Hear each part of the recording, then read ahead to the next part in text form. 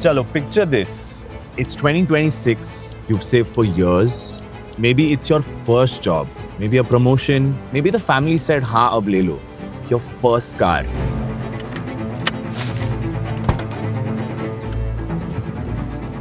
And then you open your phone.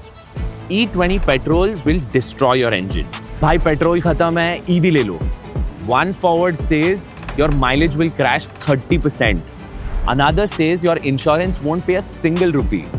Someone's cousin's Innova apparently broke down at 12,000 kilometers. Suddenly, your happy moment feels like a trap. क्या करे? Petrol ले, EV ले, या थोड़ा रुक जाए. Today, we clear the fog out together. No panic, no lecture, no इस company ने पैसे दिए तो बोल रहा हूँ. Just clean, simple clarity. By the end of these few minutes, you won't have my answer. You'll have one for your own. A car that suits your life. Because the right car isn't the one the internet is shouting to you about. It's the one that fits your life. तो शुरू करें?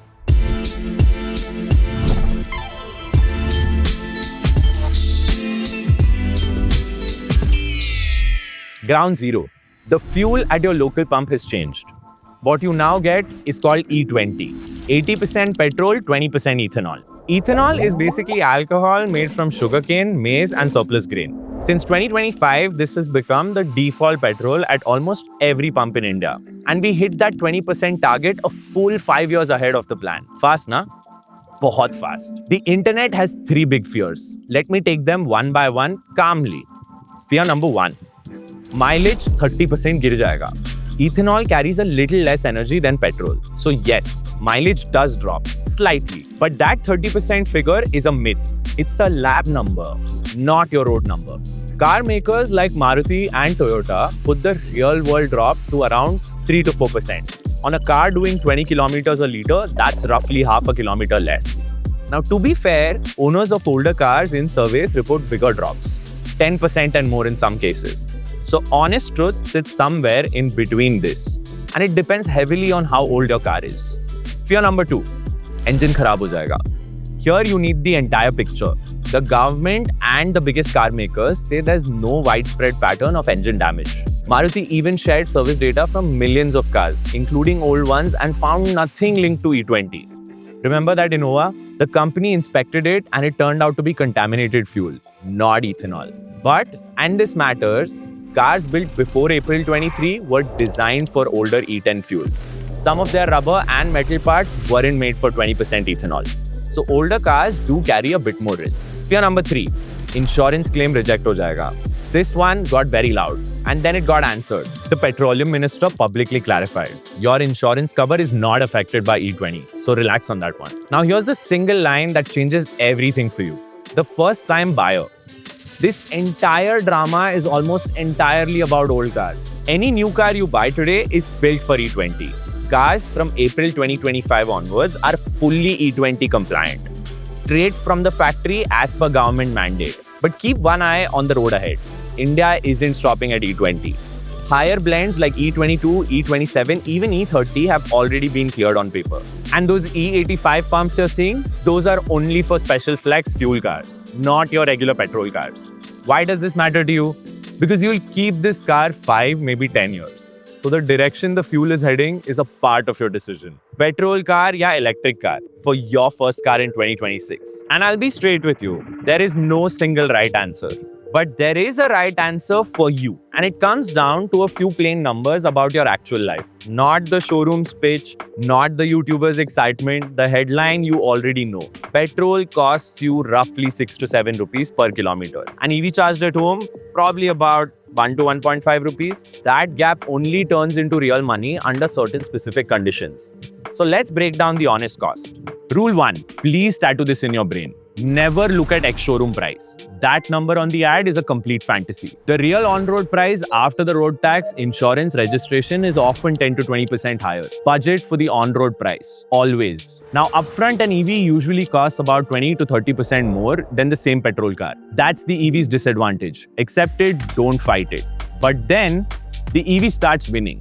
On fuel, around 1 rupee versus 6 to 7 rupees a kilometer. On maintenance, even more. No engine oil, no spark plugs, no clutch, fewer moving parts. Far more useful over 5 years or so. Maybe 20,000 to 40,000, बहुत बड़ा फर्क पड़ता है. Sounds like EV wins easily.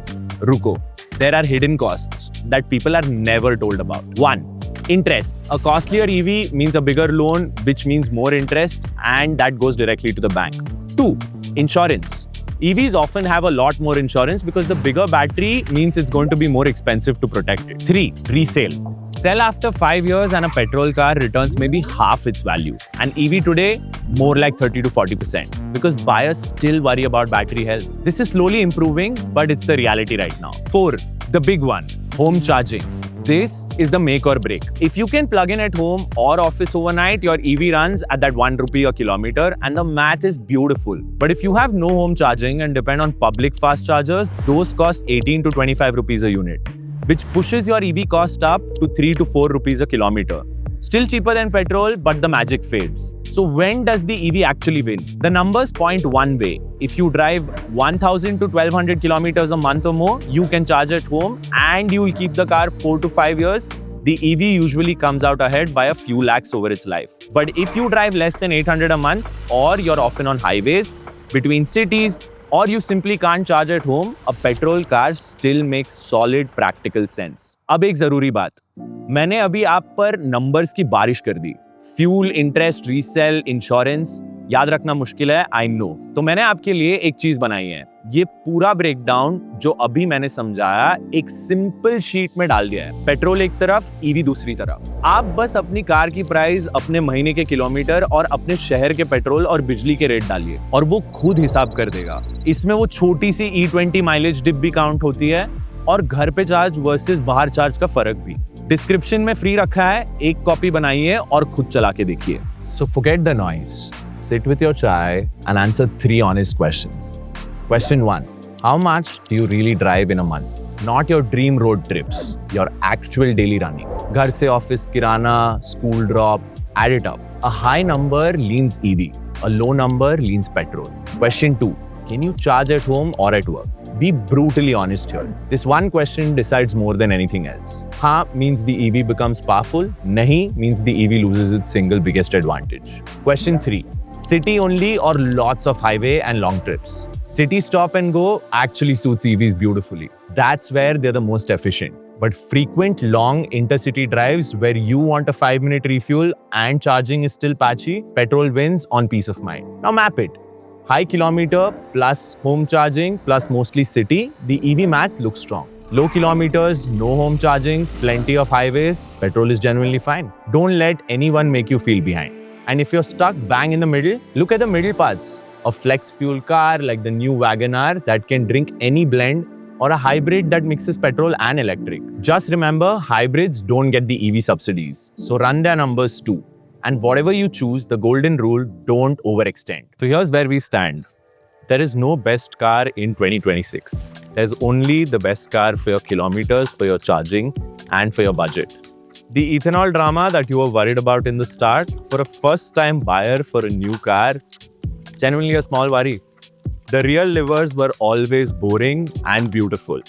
They were always about how much you drive, whether you can charge, and what you can afford comfortably in your budget. Run your own numbers. वो sheet इसके लिए दिया मैंने description में. Ignore the panic forwards, ignore the showroom pressure, and choose the car that fits your lifestyle, the way that you actually live. That's it. That's the whole math. सही decision वो नहीं है जो इंटरनेट पे सब लोग चीख कर बता रहे. सही डिसीजन वो है जो आपके लाइफस्टाइल के लिए बेस्ट फिट होता है. अगर ये हेल्पफुल लगा, शेयर कर दो अपने दोस्तों को who are making this decision for themselves for the first time. And please subscribe. We'll keep pushing more videos like this going forward. Thank you so much. अगले वाले में मिलता हूँ.